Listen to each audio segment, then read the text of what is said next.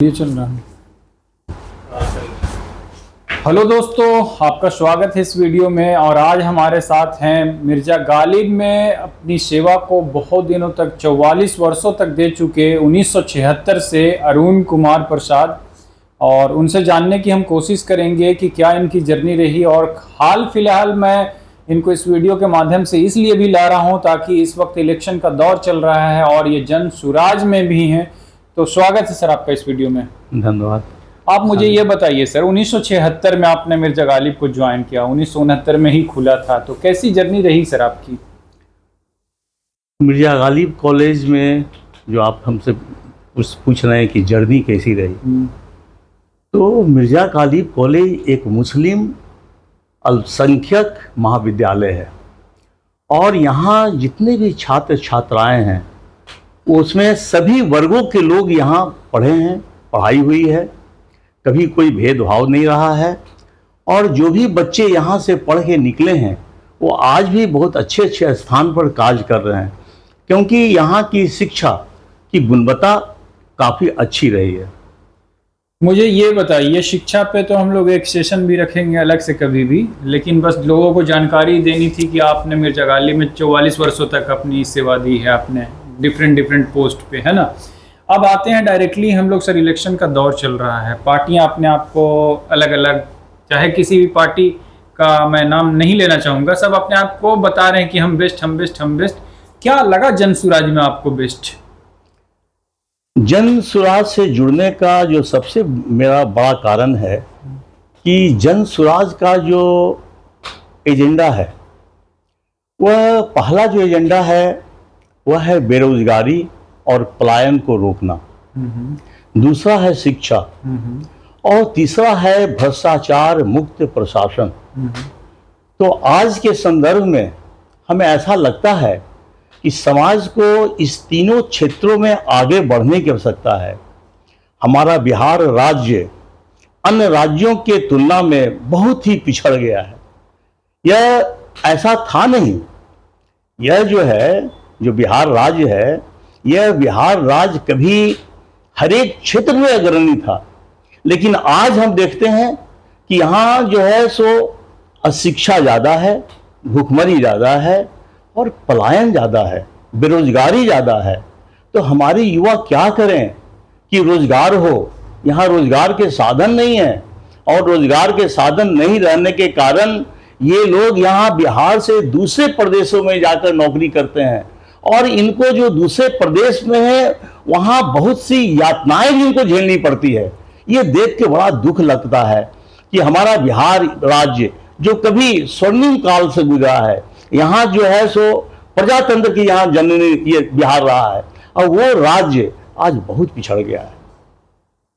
प्रशांत किशोर जी एक अच्छे मुद्दे को लेकर के आगे बढ़ रहे थे, सभी समाज के लोग उनका साथ दे रहे थे, लेकिन लोगों का कहना यह है कि अब ऐसे ऐसे लोग पार्टी में आ रहे हैं जो कि एक समाज में कहीं ना कहीं इधर उधर करते हैं। जैसे मनीष कश्यप की बात हो रही है, बीजेपी में पहले थे, वहाँ दाल नहीं गला तो यहाँ आ गए। दूसरा, आजकल शायद आज ही या कल ही पवन सिंह ने भी जन सुराज को छोड़ दिया है। क्या कारण रहा कि ऐसे ऐसे लोग आ रहे हैं फिर चले जा रहे हैं?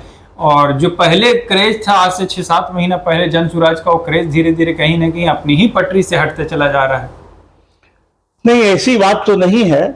अब ये जो है सो एक राजनीतिक पार्टी है जो कि सत्ता के द्वारा व्यवस्था परिवर्तन की ओर ये बढ़ रहा है और कुछ लोग तो हर एक पार्टी में लोगों का आना जाना लगा रहता है और किसी व्यक्ति के बारे में जो एक हम टिप्पणी इसलिए भी नहीं कर सकते हैं क्योंकि हर एक का दृष्टिकोण अलग अलग है। अब हमारी पार्टी किस दृष्टिकोण से उन लोगों का रखा है या किस कारण से इस पार्टी से छोड़ के लोग जा रहे हैं, ये तो गहन अध्ययन का विषय है। इस पर बहुत ज़्यादा हम कुछ नहीं कर सकते हैं। कैसे देखना चाहते हैं गया को सर? गया में विकास की बात की जाए तो मैं डायरेक्टली बोलता हूं कि नहीं हुआ जो विकास होना चाहिए, आप भी वही बोलिएगा, लेकिन ये विकास नहीं हुआ है। क्या कारण रहा कि विकास नहीं हुआ? देखिए, सबसे बड़ी बात है कि जो गया है, गया के जो स्थानीय मुद्दे हैं इन मुद्दों पर यहाँ के जो नेता लोग हैं उनका ध्यान नहीं गया है। स्थानीय सबसे बड़ी हमारी जो सोच है, हम ये बात कर रहे हैं कि कोई भी नेता है यदि वो अपने वोटर को, नागरिक को वोटर के रूप में देखता है तो उस शहर का विकास नहीं होगा। यदि हम वोटर को नहीं, वोटर के रूप में नहीं, यदि हम उसको नागरिक के रूप में देखेंगे तभी उसका विकास हो सकता है।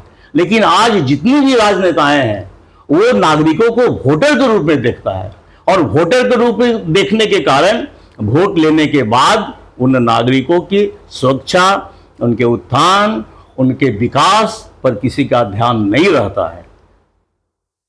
अच्छा, मुझे बताइए कि अगर जन सुराज की सरकार बन जाती है या गया में आप जीत करके आते हैं, आपको अगर पार्टी से टिकट मिलता है तो अगर गया में आप जीत करके आते हैं तो क्या क्या 5 काम क्या क्या कर दीजिएगा गया के लिए जो जनता को फायदा हो? सबसे बड़ी बात है तो यहाँ की जाम की व्यवस्था।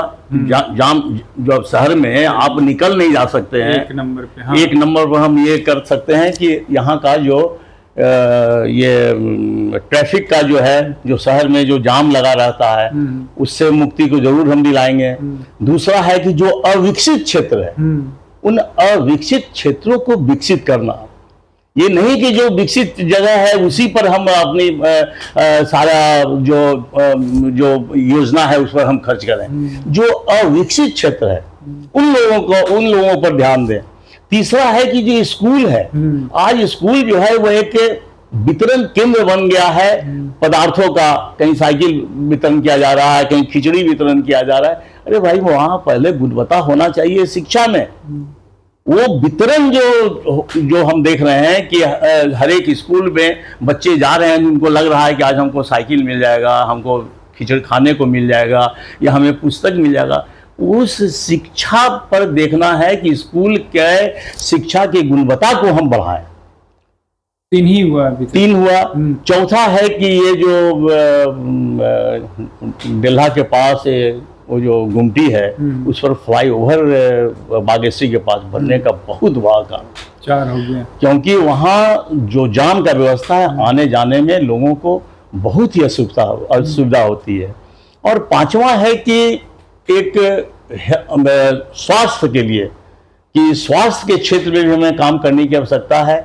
हर एक मोहल्ला टोला में एक प्राथमिक केंद्र हो जहाँ की किसी को इमरजेंसी की अवस्था में भी हम तत्काल जो सेवा उपलब्ध हो सके, तो एक प्राथमिक स्वास्थ्य केंद्र की स्थापना का। तो जैसा कि देख रहे थे आप, सर ने बताया कि किन मुद्दों पे सर काम करेंगे और क्या क्या कमियां हैं गया जी की। और मैं चाहता हूं कि अगर आपके प्रश्न हैं तो फिर से कमेंट में करें ताकि दोबारा भी इनका इंटरव्यू करें तो उन कमेंट के प्रश्नों का उत्तर दे सकें। Thank you.